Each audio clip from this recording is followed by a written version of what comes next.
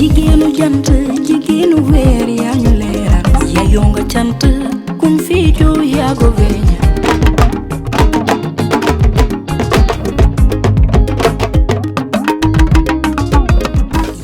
Ladies and gentlemen, welcome again to Jotaayu Mimi. Thank you for listening and following. My topic today is about democracy and the standing of opposition in a democratic system.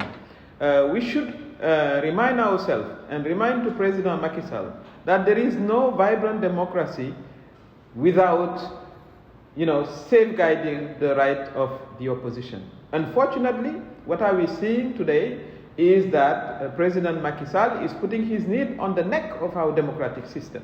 Myself, I have been impeached by him from Parliament, which is unheard of. Well, it happened, way back, and he denounced that practice, worldwide. But unfortunately, he's the one who, requests me to be out of the Parliament. But this is the last stroke against democracy. What we are witnessing today is a system that is oppressing opponents. And as I said, it's about time that we recall to President Macky Sall and his allies that he needs to respect the rights of opponent, the right of the opposition. I take the opportunity also to thank the parliament groups, YEWI, who helped me to face my former friends in the parliament. I was by myself, and they stood, by me, to respect my rights. They refused to sign for my impeachment. So I owe them thanks because that's what we need to do.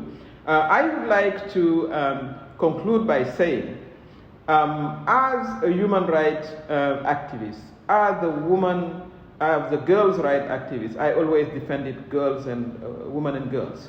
But I also condemn the manipulation of women against oppositions because I lived through it.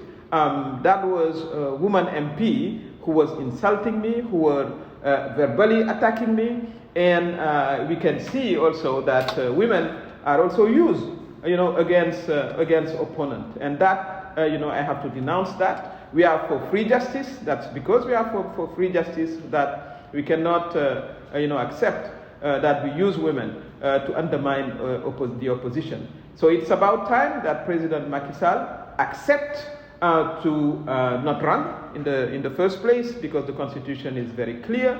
Himself, he stated in all places, all TVs and radios, that this would be his last term. Unfortunately, we are hearing people from his party asking him, with his authorization, of course, to run again. So he should not be part of next election, but at the same time, he should allow all opponents who want to run to do so. I would like to end by calling upon the security forces to tell them that they have to be on the side of the people, because they are here for the people, for the security of the people, for the security of young women and girls, for the security of women, for the securities of all the people. So they should keep that in mind and never shoot against the crowd, never violate people's rights. So, and I do believe that they would stand by the law. I am quite confident, but I wanted to make a call to them to remind that we trust them for ensuring our security. The same recommendation, I would also make it to the judges, the prosecutors, the audit systems, not to allow themselves to be part of illegal doing, or to be part of any plot against anybody, against any opponent. So that was my message today, and I thank you for following.